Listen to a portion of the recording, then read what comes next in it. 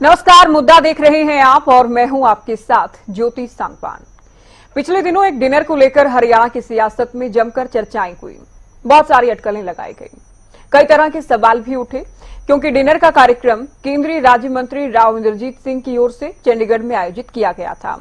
इस कार्यक्रम में कांग्रेस की एक विधायक भी शामिल हुई थी और इसीलिए कई तरह की चर्चाओं ने जोर पकड़ा था। अब एक बार फिर से डिनर को लेकर चर्चा है क्योंकि इस बार डिनर के कार्यक्रम में खुद सीएम नायब सैनी भी शामिल हुए हैं। तो क्या है डिनर के मायने और मायनों को लेकर हम चर्चा करेंगे। किस तरह की चर्चाएं डिनर को लेकर फिर से शुरू हो गई हैं, उस पर बात होगी। इससे पहले एक रिपोर्ट आपको दिखाते हैं।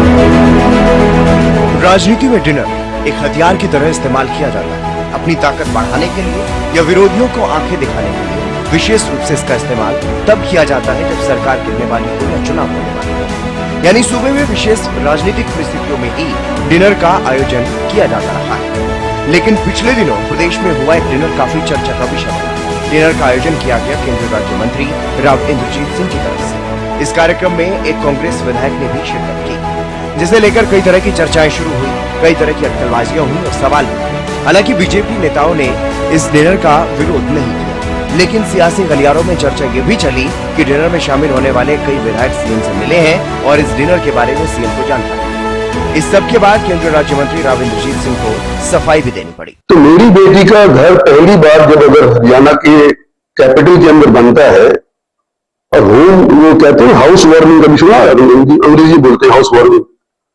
तो मैंने कोई जाता है तो वो बुलाता नहीं लोगों को, वो बुलाता है तो पहले अपनों को ही बुलाएगा ना। तो हमारे यहाँ के लोग, ये दक्षिणी हरियाणा के जितने भी लोग हैं, ये सारे हमारे साथ जुड़े हुए हैं। उनके एमएलए हमारे साथ जुड़े हैं, उनके जनसभा वाले हमारे साथ, जनता वाले समाज जुड़े, तो उनको एमएलए को बुलाया कि मेरी बेटी का यहाँ पे घर हो गया है, अगर तुम एमएलए हॉस्टल में खाना हो, कोई दिक्कत हो, तुम यहाँ पर आकर के खा लिया करो, पानी पी लिया करो, हुक्का पी लिया करो, घर है तुम्हारा। इस तौर पे वो बुलाए वो। और उसके बाद इस तरह की बयानबाजी जो यूट्यूब में हुई है, नरगल बातें, बकवासबाजी है, कुछ नहीं हुआ। लेकिन अब एक बार फिर से डिनर का आयोजन किया गया और इस बार डिनर के कार्यक्रम में मुख्यमंत्री नायब सैनी को बुलाया गया। सीएम अपनी पत्नी के साथ डिनर के कार्यक्रम में शामिल हुए। साथ में कैबिनेट मंत्री अरविंद शर्मा भी मौजूद रहे। लेकिन सियासी गलियारों में अब एक बार फिर से डिनर पर चर्चा शुरू हुई। फिर से कई तरह के सवाल उठने लगे और बड़ा सवाल तो ये है कि क्या डैमेज कंट्रोल के लिए डिनर का आयोजन किया गया है या कुछ और ही इसके मायने। Bureau report. आइए चर्चा की शुरुआत करेंगे कुछ खास मेहमानों के साथ। डॉक्टर पंकज बेनीवाल जुड़े हैं, प्रवक्ता बीजेपी, सुखबीर तंवर, प्रवक्ता कांग्रेस, इनेलो प्रवक्ता ओंकार सिंह भी हमारे साथ चर्चा में जुड़ गए हैं। तीनों का बहुत स्वागत है। शुरुआत बेनीवाल जी आपसे ही करते हैं। एक 18 जून को डिनर होता है जिसको लेकर बहुत सारी चर्चाएं, अटकलें, बहुत सारी बातें सामने आती हैं। अब एक बार फिर से डिनर होता है जिसमें खुद सीएम शामिल होते हैं। तो क्या पिछला जो डिनर हुआ उसके डैमेज कंट्रोल के तौर पर इसे देखा जा सकता है? क्या मायने समझे जाए? हाँ, नमस्कार ज्योति जी, सभी साथियों नमस्कार, सभी दर्शकों को नमस्कार। देखिए, मायने स्पष्ट है कि ये आरती राव जी हैं, उनका जो सेक्टर 7 है चंडीगढ़ में उनका निवास बना है और वो कैबिनेट मिनिस्टर। तो बतौर कैबिनेट को या फिर मुख्यमंत्री जी को इनवाइट करती हैं, डिनर करती हैं, डिनर देती हैं, पहुंचते हैं, अरविंद शर्मा जी से परिवार पहुंचते हैं और जो 18 जून की आपने बात कही वहां पर और साथी पहुंचते हैं। तो एक नॉर्मल सी प्रक्रिया है कि कोई भी अपने घर पर किसी को बुलाकर दावत दे सकता है, खाना दे सकता है। और माननीय राव इंद्रजीत सिंह ने भी इसका स्पष्टीकरण भी दिया है क्योंकि मीडिया के गलियारों में या विपक्ष के कुछ ज्यादा ही मंचले बंद हो गए थे, वो कुछ अलग ही सोचने लग गए थे, कैसा होगा वैसा होगा। तो इस तरह की सारी बातों को अटकलें उन्होंने खुद खत्म कर दी थी। ये जो अटकलें चल रही है कोई ऐसी बातें नहीं, एक नॉर्मल प्रक्रिया का एक अटकलें। मेरा सवाल भी ये था कि क्या ये अटकलें खत्म करने के लिए डिनर हुआ कि कल वाला? नहीं, अटकलें तो पहले ही खत्म हो गई। ये तो एक जो सामाजिक तरीके से या घर परिवार को ये लोगों को जो जाता है वो तरीके की बात है। अगर मेरे घर पे डिनर हूँ, मैं जो और सुखबीर ना बुलाऊं तो इसमें कोई मीडिया की चलाने की जरूरत नहीं है कि ज्योति सांगवान को क्यों बुलाते हैं, क्या सुखबीर तंवर को क्यों नहीं बुलाया क्योंकि वो भी डिबेट में थे। तो ऐसी जो बातें हैं, अनगढ़ बातें, जो विपक्ष कर रहा है, विपक्ष कहीं ना कहीं से सुखबुगाहट या कहीं से मंचला हो रहा है। उनके दिमाग में मुंगेरी लाल के हसीन सपने आ रहे हैं, भाई 12 लोगों का डिनर हो गया, शायद कल दूसरे बालाजी है, दिग्विजय चौटाला जी, उनका भी ध्यान आया था कि राहुल जी बहुत बड़े कद्दावर नेता हैं, हमारे लोगों के साथ। तो ये मुंगेरी लाल के जो हसीन सपने, जो विपक्ष के सारे विकासी थे, कांग्रेस रही हो तो जेजेपी हो, सारे के सारे वो सपने संजो रही है। जबकि सपना संजोया जाएगा जनता के साथ, और जनता है भारतीय जनता पार्टी के साथ, और भारतीय जनता पार्टी जनता के काम करती जाएगी। तो ये जो अटकलें हैं ये कुछ भी नहीं है, सिर्फ जो विपक्ष के साथी हैं वो इसका मायना कुछ भी निकाल सकते हैं। लेकिन ये एक स्वाभाविक जो डीलर है, ये जो नॉर्मल तरीके का जो है, अभी अरविंद सिंह कल्याण जी ने भी डिनर दिया था, वहां भी मुख्यमंत्री जी पहुंचे थे, तब तो कहीं किसी ने कोई बातें नहीं उठाई। लेकिन आज ये बातें इसलिए उठाए थे राव इंद्रजीत सिंह, आप जानते हैं पार्टी के नहीं हरविंद्र कल्याण और राव इंद्रजीत में फर्क है, आप जानते हैं दोनों की राजनीतिक स्टाइल में फर्क है, ये भी आप जानते हैं। मैं इस तरह की बयानबाजी राव साहब कर जाते हैं, कांग्रेस में रहते हुए भी करते थे पार्टी को लेकर, अब भी कर जाते हैं कि बाबुओं की सरकार है, बाबू सरकार चला रहे हैं। तो आप ये कंपेयर ये किया ही नहीं जा सकता, ये तुलना नहीं हो सकती। कोई आम डिनर होना और दक्षिण हरियाणा के कुछ विधायकों को, एक कांग्रेस विधायक समेत 12 विधायकों का बुलाया जाना आरती राव के आवास पर, ये बिल्कुल ऐसा नहीं कि हरविंद्र कल्याण के डिनर से इसकी तुलना आप करें। उसके ठीक बाद क्योंकि सीएम साहब भी पहुंचे, कैबिनेट मंत्री अरविंद शर्मा भी पहुंचे, उनकी पत्नी भी पहुंची, सीएम साहब की पत्नी भी पहुंची। तो इसको सवाल क्योंकि टाइमिंग को लेकर भी उठ रहे हैं। 15 जून की रेवाड़ी रैली में जो हुआ, 18 जून को विधायकों संग डिनर होता है चंडीगढ़ में, और कल सीएम साहब के साथ होता है डिनर राव साहब का आरती राव के आवास पर। तो ये टाइमिंग को लेकर भी सवाल उठ रहे हैं, किसी भी आम डिनर से जोड़कर इसको नहीं देखा जा सकता, ये आप भी बखूबी जानते हैं। तंवर साहब आप क्या कहेंगे? क्योंकि बेनीवाल जी कह रहे हैं कि विपक्ष ने सपने देखने शुरू कर दिए थे, और जो भी अटकलें या कयास चर्चाएं थी वो केवल कोरी कल्पनाएं विपक्ष की थी, जिन पर पूरी तरह से राव साहब ने भी पानी फेर दिया है। और कल का जो डिनर हुआ है उसके बाद तो तमाम चर्चाओं को विराम मिल ही जाना चाहिए।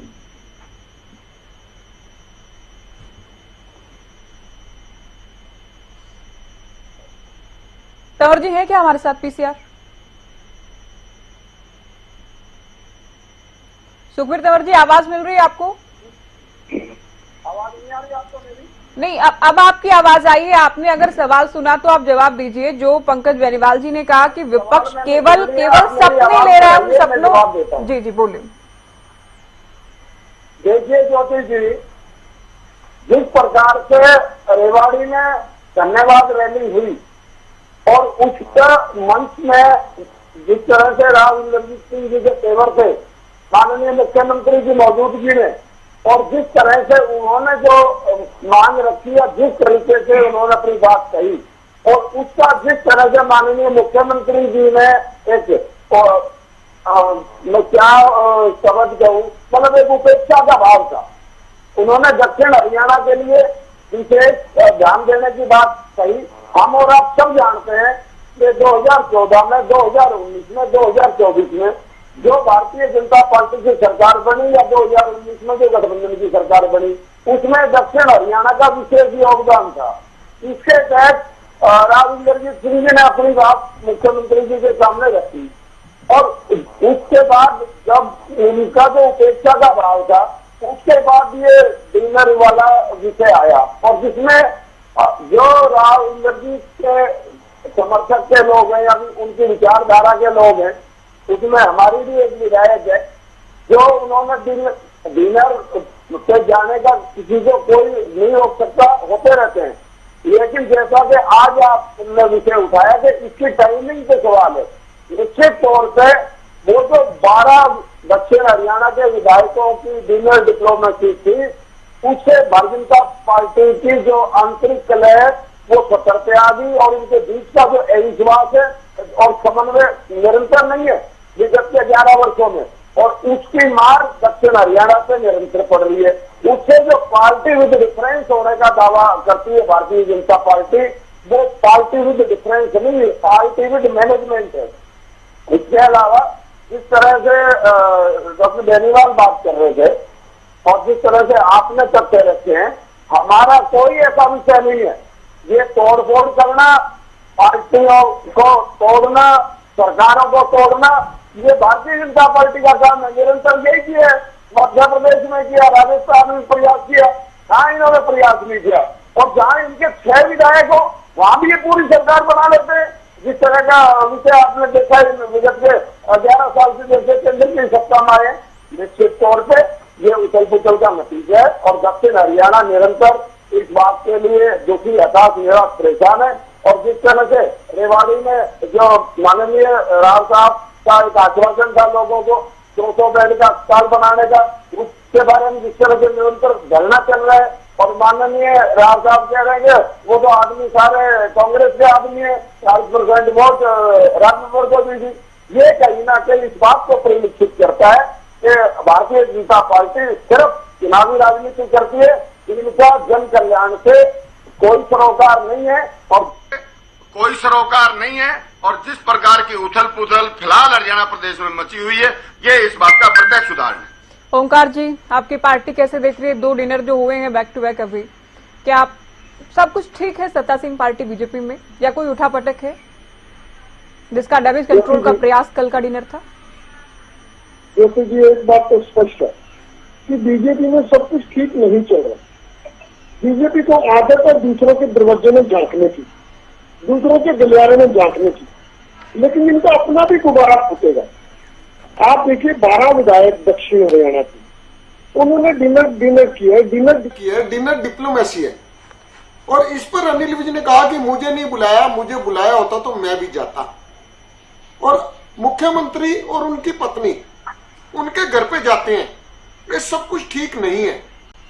कहीं ना कहीं कुछ ना कुछ तो दिक्कत है, लेकिन क्योंकि केंद्र में बीजेपी की सरकार है और पूरे देश व प्रदेश में एक भय का माहौल है, ईडी, सीबीआई, इनकम टैक्स, ये सारी चीजों का प्रयोग होता है, तो ये कहीं ना कहीं दिक्कत तो प्रदर्शित हो रही है। और अगर कोई दिक्कत नहीं थी तो आरती राव भी तो मुख्यमंत्री महोदय से मिलने जा सकती थी उनके घर पे। मुख्यमंत्री महोदय पत्नी सह पत्नी खुद जाते हैं। इसका मतलब स्पष्ट है कि बीजेपी में सब कुछ ठीक नहीं चल रहा। आप देखिए 37 विधायक कांग्रेस के पास हैं इस वक्त, 12 विधायक वहां इकट्ठा होते हैं, तो कहीं ना कहीं तो कुछ दाल में काला नजर आता है। हाँ, सफाई तो बीजेपी वाले देंगे, लेकिन जिस दिन गुब्बारा फूटेगा उस दिन पता लग जाएगा। ये 12 तो वो हैं जो दक्षिण हरियाणा के हैं। इसके अलावा भी आज सरकार में विधायकों के, मंत्रियों तक के काम नहीं हो रहे। मंत्रियों के कहने पर एक ट्रांसफर नहीं हो रही चपरासी की। आज परिस्थिति बहुत गंभीर है। तो ये तो बीजेपी नहीं, ये तो बीजेपी उपलब्धि मानती है ना कि हम ये परिवर्तन लेकर आए हैं कि जो भी होगा पारदर्शिता के साथ ही होगा, फिर तबादले ही क्यों ना हो। ये किसी की सिफारिश से नहीं होंगे कि किसी मंत्री ने या विधायक ने बोल दिया तो तबादला हो गया। बीजेपी तो इससे अपनी उपलब्धि काउंट करती है ओंकार जी, कि हमने नीतिगत परिवर्तन किया है। ये सामूहिक जिम्मेवारी है प्रदेश में विकास को राह देना, एक व्यक्ति की जिम्मेवारी नहीं है। और लोकतंत्र है, कोई तानाशाही नहीं है कि जो एक ही व्यक्ति की चलेगी। सभी मंत्रियों, सभी विधायकों को साथ में लेकर चलना होता है। और बीजेपी का तो नारा है सबका साथ सबका विकास। कहां है सबका साथ सबका विकास? क्या किसी को पावर है? अपने मातहत एक चपरासी को ट्रांसफर करने की पावर नहीं है। ये परिस्थितियां बहुत अजीब है आज प्रदेश में, लेकिन एक डर और भय के माहौल में कोई विधायक, कोई मंत्री जुबान नहीं खोल रहा। आप देखिए पीछे अनिल विज जी ने जुबान खोली थी, उन्होंने कहा कि मुझे कत्ल करने की साजिश हुई। कितनी बड़ी बात हुई, क्या कोई संज्ञान लिया गया? और फिर उनसे भारी भरकम विभाग लेके हल्के विभाग दे दिए, मतलब उनको सजा मिली। जबकि सबसे सीनियर मंत्री तो अनिल विज जी हैं हरियाणा में, सीनियर विधायक नहीं है बीजेपी के। तो आज जिस तरीके से बीजेपी में माहौल चल रहा है, कोई ठीक माहौल नहीं है। पंकज बेनीवाल जी, सब कुछ ठीक नहीं है, लेकिन क्योंकि आप लोग केंद्र में भी सरकार में हैं और सभी जांच एजेंसी आप लोगों के साथ हैं, आप लोगों के पास हैं, ये एक बड़ा कारण है कि विधायक या नेता खुलकर नहीं बोल रहे हैं।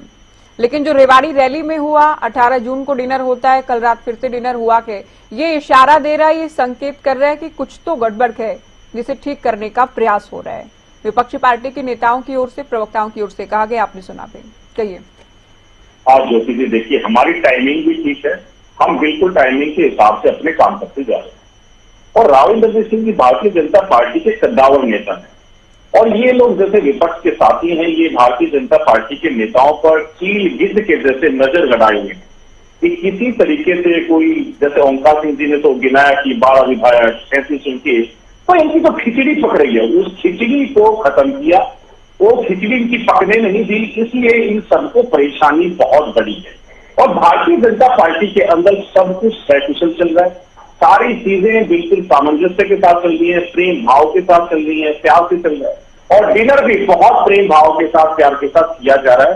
सह परिवार मुख्यमंत्री जी पहुंचते हैं, हर चीज सारी की सारी सिस्टम के हिसाब से चल रही है, लेकिन विपक्ष के साथियों को इसमें कुछ ना कुछ ढूंढना है कि भारतीय जनता पार्टी, क्योंकि इनके पास मुद्दे तो है नहीं, क्योंकि मुद्दे जितने भी भारतीय जनता पार्टी जनता के साथ मिलकर सारे काम करती जा रही है, तो ये सोचते हैं कि डिनर डिप्लोमेसी ये एक शब्द नया लेकर के आए, जिसको हरियाणा की जनता के सामने कुछ रखें ताकि कुछ ना कुछ बातें हों, इनकी बातों का कुछ टूल बने। लेकिन जनता जानती है और हमारे भारतीय जनता पार्टी के सारे नेता जानते हैं, माननीय राव साहब, इंद्रजीत जी भी सब जानते हैं कि किस तरीके से विपक्ष के लोग, इसीलिए उन्होंने खुद आकर के मीडिया में बाइट दी, अपनी बात का पूरे डिनर की जो चीजें थी वो सारी समझाई दी, लेकिन फिर भी सवाल ये भी है ना कि कुछ तो हुआ होगा कि सफाई तो देनी ही पड़े ना।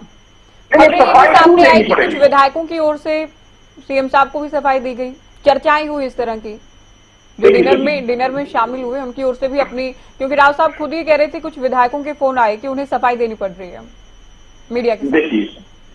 देखिए ज्योति जी, सफाई किसी को कुछ नहीं देगी, बार बार मीडिया में एक ही चर्चा, अखबारों में चर्चा है, विपक्ष के साथ ही कटाक्ष करें, तो उन सबका मुंह तोड़ जवाब देने के लिए खुद राव साहब आ गया है, और जितने भी हमारे एमएलए साहिबान वहां पर डिनर के लिए गए थे वो भी गए थे। अब मंजू चौधरी जो नांगल चौधरी से एमएलए हैं, वो सामने आके कुछ क्यों नहीं कहती, वो तो कांग्रेस की विधायिका है, वो भी इसमें पहुंची। खुद राव साहब ने माना कि मैंने अपने घर परिवार के लोग जो बिल्कुल घनिष्ठ हैं उन सबको पहले हमने आमंत्रित किया और डिनर दिया, उसके बाद माननीय मुख्यमंत्री जी जो प्रोटोकॉल के हिसाब से माननीय मुख्यमंत्री जी को सह परिवार को ला करके प्रोटोकॉल के हिसाब से उनको डिनर दिया, और साथ में कैबिनेट मिनिस्टर हमारे अनिल शर्मा जी पहुंचे, सह परिवार पहुंचे। तो इसमें कहीं भी कोई गुंजाइश नहीं है विपक्ष को कुछ सूंघने की, कुछ ढूंढने की, कुछ इनको मिलेगा नहीं। भारतीय जनता पार्टी ऐसी प्यार और सौहार्द के साथ डिनर करती रहेगी। ये डिनर हरियाणा चलता रहेगा। बेनीवाल जी, जो आप कह रहे हैं, जो कि राव साहब की ओर से भी कहा गया कि पहले मैंने अपनों को बुलाया, फिर उसके बाद सीएम साहब भी जाते हैं, तो क्या आगे भी ये सिलसिला जारी रहेगा? निश्चित तौर पर हमारे तो हरेक जो जिसमें भी कैबिनेट मिनिस्टर है, जब वहां पर सत्र चलता है तो उस दौरान लगभग कभी कोई लंच दे रहा है, कभी कोई मिनिस्टर डिनर दे रहा है, ये लगातार प्रक्रिया चलती रहती है। ये एक सार्थक प्रक्रिया है जिसमें हमारा सबका सामंजस्य बनता है, प्यार सौहार्द बनता है। तो इसमें कहीं भी विपक्ष को कुछ मिलेगा नहीं, विपक्ष कुछ भी कहता रहे। हाँ, कांग्रेस और इनेलो के साथी कह रहे हैं कि भारतीय जनता पार्टी में ठीक नहीं चल रहा। पहले कांग्रेस वाले अपने अंदर तो झांक लें कि आपसे एक विपक्ष का नेता नहीं बनाया जा रहा, आपसे अपने 22 जिला अध्यक्ष नहीं बनाए जा रहे, तो आप किस तरीके की राजनीति या किस तरीके की बयानबाजी भारतीय जनता पार्टी के खिलाफ करने की कोशिश कर रहे हैं। तो सुखबीर तंवर जी को पहले अपनी पार्टी के बारे में समझ लेना चाहिए कि आपके राहुल गांधी जी, कुमारी शैलजा और भूपेंद्र सिंह हुड्डा का हाथ तो मिलवाया एक चुनावी रैली के अंदर, लेकिन उनके दिल नहीं मिलवा पाए। तो ये पहले अपने संगठन के बारे में सोचें, अपनी चीजों को समझें कि हमारी पार्टी में क्या गलतियां हैं, ना कि भारतीय जनता पार्टी की। इनेलो के साथी को पहले ये सोचना चाहिए कि हमें जनता के साथ संवाद कैसे करना है, हमारी पार्टी का गिराव कैसे बढ़े। एक या दो एमएलए का जो सिमट नहीं, जो कभी हरियाणा पर राज करती हुई पार्टी थी देवीलाल जी के कार्यकाल के अंदर, लेकिन अब धीरे धीरे इनका डिक्लाइन शुरू हो गया और एकदम से 1 से 2 सीटों पर आ गए। तो पहले इनको ये समझने की जरूरत है कि हमें किस तरीके की राजनीति करनी है, किस तरीके की जनता, हरियाणा की जनता काम चाहती है, कैसी भाषा शैली चाहती है। तो पहले इनको उन सब बातों पर काम करना पड़ेगा। उस बात से जाकर के भारतीय जनता पार्टी पर कटाक्ष करने की इनको जरूरत है। भारतीय जनता पार्टी में सब कुछ सकुशल है, सब कुछ प्यार और सौहार्द के साथ चल रहा है, और डिनर बहुत ही अच्छे से पहले भी किया, कल भी हुआ और आगे भी ऐसे ही होते रहेगा। सुखबीर तंवर जी, ये बिल्कुल बहुत सामान्य था, इसको बहुत अलग या खास नहीं माना जाना चाहिए। पंकज जी को आपने सुना ही, ये पहले भी हुआ, आगे भी होता रहेगा। इससे विपक्ष को भी कोई उम्मीद, कोई सपना नहीं पालना चाहिए। और जो पिछला डिनर था, जिसको डिनर डिप्लोमेसी पंकज जी कह रहे हैं कि विपक्ष ने ही ये शब्द दिया है डिनर डिप्लोमेसी, वो कोई शक्ति प्रदर्शन नहीं था राव साहब का। और कल जो हुआ वो कोई डैमेज कंट्रोल नहीं था बीजेपी के मुताबिक।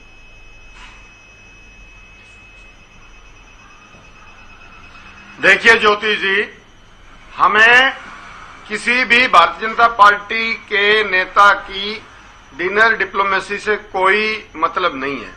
हम बतौर विपक्ष हरियाणा ये चाहते हैं कि जो 11 वर्षीय निरंतर कुशासन है और जिस प्रकार से काम नहीं हुए, भारतीय जनता पार्टी की सरकार ये इस तरह के उलझुल बेफिजूल के मुद्दे उछाल के उन सवालों पे आए, उनका जवाब दे, उन पे काम करे। आपको तीसरी बार प्रदेश की जनता ने अवसर दिया है। जिस प्रकार से दक्षिण हरियाणा का प्रमुख शहर और हरियाणा की आर्थिक राजधानी विगत के 11 वर्षों में 4 बूंद पड़ते ही जलगांव में परिवर्तित हो जाता है, क्या किसी छुपा है? और अस्पताल को तोड़ के पार्किंग बना दिया वैश्विक शहर का, वो किसी से नहीं छुपा। रेवाड़ी में 200 बेड के अस्पताल के लिए निरंतर आंदोलन चल रहा है। इससे पहले एम्स जो रेवाड़ी का बनना था, कभी जमीन को लेके कभी किसी को लेके, क्योंकि उस वक्त तक मुख्यमंत्री तत्कालीन खट्टर साहब नहीं चाहते थे, वो फिर ये इनके प्रकरण में चलो फाइनली हो गया उद्घाटन 10 साल बाद। इसके अलावा पूरे दक्षिण हरियाणा की, वैसे तो पूरे हरियाणा की सड़कें खराब हैं, लेकिन दक्षिण हरियाणा की सड़कें विशेष तौर पे, जिसमें गुड़गांव भी है, रेवाड़ी भी है, मेवात भी है, और जो भी दक्षिण हरियाणा का क्षेत्र बनता है उसके हालात खराब है। डॉक्टर पंकज बैठे हैं, फरूखनगर में विगत के 10 साल से डाबोदा मोड़ से लेके और पावर हाउस तक सड़क तो के इस क्या हाल है, इस हम रोज इलाके की अगुवाई राव साहब भी कर रहे हैं, दशकों खुद से भुगत भोगे, लेकिन नहीं राव साहब भी कर रहे हैं अगुवाई। इसके विकास हुआ नहीं हुआ, ये सारे सवाल उन्हीं पर बाज आना चाहिए और इन पे काम करना चाहिए। हमने फरूखनगर के बस स्टैंड के लिए 2015 में नींव हमने पहले डाली थी, जमीनें देने का काम शुरू हुआ। आज 11 साल बाद भी वहां एक बस अड्डा नहीं बढ़ पाया। इन विषयों पे ध्यान करने की जरूरत है। ये हवाई बातें करने से काम नहीं चलेगा। हमारे ऊपर उठाते रहे उंगली, अरे काम कौन करेगा भाई, 11 वर्ष हो गए। चलिए मैं लास्ट कमेंट ले रही हूँ चर्चा का, ओंकार जी आपसे। ज्योति जी मेरे से पूछा? जी जी ज्योति जी, मेरे मित्र बीजेपी के प्रवक्ता बेनीवाल जी ने 2 बातें मुख्य कही। एक बात तो इन्होंने कही कि राव इंद्रजीत जी कद्दावर नेता हैं, बिल्कुल हैं। कभी चौधरी वीरेंद्र सिंह जी भी थे, आज वो नहीं है। दूसरा, कहीं ना कहीं संतोष तो है। एक बात बीजेपी के प्रवक्ता साथी ने बोली कि विपक्ष के पास मुद्दे नहीं है। आज जितने मुद्दे विपक्ष के पास हैं, जितनी जनता दुखी है, प्रत्येक वर्ग प्रत्येक व्यक्ति परेशान, दुखी और हताश है, उतना कभी भी नहीं हुआ। मुद्दों की बात करते हो, परिवार पहचान पत्र, property ID, Ayushman card, paper leak, बिजली के बढ़े हुए रेट, खाद मिल नहीं रही, आड़तियों की कमीशन नहीं दी जा रही। हर जगह आपने बीपीएल कार्ड काटने शुरू कर दिए, तेल की कीमत लगा दी, गरीबों के लिए बढ़ा दी। हजारों मुद्दे हैं आज। अगर एक दिन में एक मुद्दा उठाए तो 2 साल लग जाएंगे मुद्दे खत्म होते होते। मुद्दे बहुत है, लेकिन जो सामने नजर आ रहा है, बीजेपी की आदत है दूसरों के घरों में झांकने की। आज इनके घर में ऐसी परिस्थिति आई है तो ये सोचते हैं कि विपक्ष इस परिस्थिति को ना देखे। भाई जब सामने स्पष्ट हो गया, 12 एमएलए आए, डिनर डिप्लोमेसी में ही तो आए, और किस लिए आए? और फिर अगर आज 12 एमएलए आए और आज मुख्यमंत्री महोदया भी पहुंच गए तो कहीं ना कहीं तो दिक्कत है। अब ये नहीं मानना चाहते तो इनकी मर्जी है, लेकिन मेरा इतना मानना है कि प्रदेश में सब कुछ ठीक नहीं है और ये गुब्बारा बहुत जल्दी फूट जाएगा, क्योंकि इसमें हवा भरे हुए काफी टाइम हो गया। ये गुब्बारा फूटने का समय है। आज प्रदेश की जनता परेशान है। जनता क्या करेगी? विधायक और मंत्री भी परेशान है, उनके अपने काम नहीं हो रहे हैं। क्या करेगी जनता? जनता के जवाबदेही मंत्रियों और विधायकों की है। विधायक उनके प्रति कैसे जवाब देंगे, क्योंकि कार्य तो करवा नहीं पा रहे। कहने की बातें, और जबकि प्रदेश का कर्ज है वो 67,000 करोड़ से बढ़ाकर 4.5 लाख करोड़ के करीब हो गया।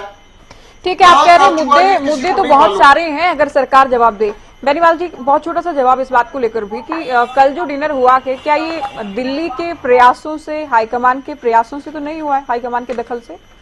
और इसके बाद क्या ये उम्मीद की जाए कि राव साहब कई बार जो बयानबाजी कर जाते हैं उनकी रफ्तार कुछ कम होगी या खत्म होगी बयानबाजी? देखिए, भारतीय जनता पार्टी में अपना अनुशासन है, डिसिप्लिन है, अपनी बात रखने का और अपनी बात कहने का अधिकार सभी को। राव साहब ने अपनी बातें रखी, अपने क्षेत्र की बातें रखी, मुख्यमंत्री जी ने पूरे हरियाणा की बातें रखी। तो ये कोई ऐसी कोई चीज नहीं है कि भाई कुछ कह दिया तो अपने क्षेत्र की परेशानियां वो एक बंद कमरे की मीटिंग में भी हो सकती है और जनता के साथ संवाद करते हुए भी हो सकती है और रैली के अंदर भी हो सकती है। ये सारी की सारी स्वाभाविक चीजें हैं, कोई किसी की दखलंदाजी नहीं है। कल का डिनर बहुत ही स्वाभाविक था और एक प्रोटोकॉल के हिसाब से और अतिथि देवो भव के हिसाब से था कि माननीय मुख्यमंत्री हरियाणा को भी कैबिनेट मिनिस्टर अपने यहाँ बुलाए और डिनर से सह परिवार देश तो एक स्वाभाविक सी चीजें थी। कहीं पे इसमें कोई ऐसी बात नहीं थी कि कोई दबाव रहा हो या किसी को कोई डैमेज कंट्रोल की बात हो, कुछ भी नहीं। सारी चीजें स्वाभाविक और प्रेम और सौहार्द के साथ ही, इसमें कोई ऐसा सोचने और समझने वाली बातें नहीं है। डिनर स्वाभाविक था, बहुत अच्छा डिनर रहा, जिसकी वजह से आज बातचीत भी हो पा रही है। तो डिनर इतना खास रहा होगा तो जिसके बारे में लगातार चर्चाएं भी बनी रहती है। तो इसीलिए हम कहते हैं कि राव साहब भी कद्दावर है और हमारे माननीय मुख्यमंत्री नायब सिंह सैनी जी भी कद्दावर हैं। इसलिए बार बार इन्हीं के इर्द गिर्द सारी विपक्ष की जो राजनीति है, क्योंकि वो अपन ना तो मुद्दों पे बात कर पाते हैं, ना कि वो अपनी पार्टी के बारे में सोच पाते हैं। वो सिर्फ भारतीय जनता पार्टी के बारे में ही सोच के रह जाते हैं, चुप हो जाते हैं। बार बार अब ओंकार सिंह जी कह रहे हैं कि भारतीय जनता पार्टी दूसरों के यहाँ देखने की आदत बिल्कुल भी नहीं था। आज डिबेट इसलिए हो रही है कि माननीय राव साहब के यहाँ पर घर पर 2 बार डिनर हो गए, भारतीय जनता पार्टी के अंदर हुआ। माननीय मुख्यमंत्री जी को आप पहुंचे तो आपकी पार्टी की तरफ किसने झांक लिया या कांग्रेस की तरफ किसने झांक लिया, कोई नहीं झांक रहा। आप लोग लगातार विंडो वॉच करने की कोशिश कर रहे हैं, आप दरवाजे खोलने की चलिए, कोशिश कर रहे हैं। डिनर हुआ तो इसलिए बात हुई, दोबारा डिनर हुआ तो फिर से बात हुई। बहुत शुक्रिया तीनों का चर्चा में शामिल होने के लिए। तो राव साहब के आवास पर हुए डिनर को लेकर क्या इसके मायने हैं, किस तरह की चर्चाएं हैं, इस पर हमने चर्चा की। फिलहाल दीजिए इजाजत, नमस्कार।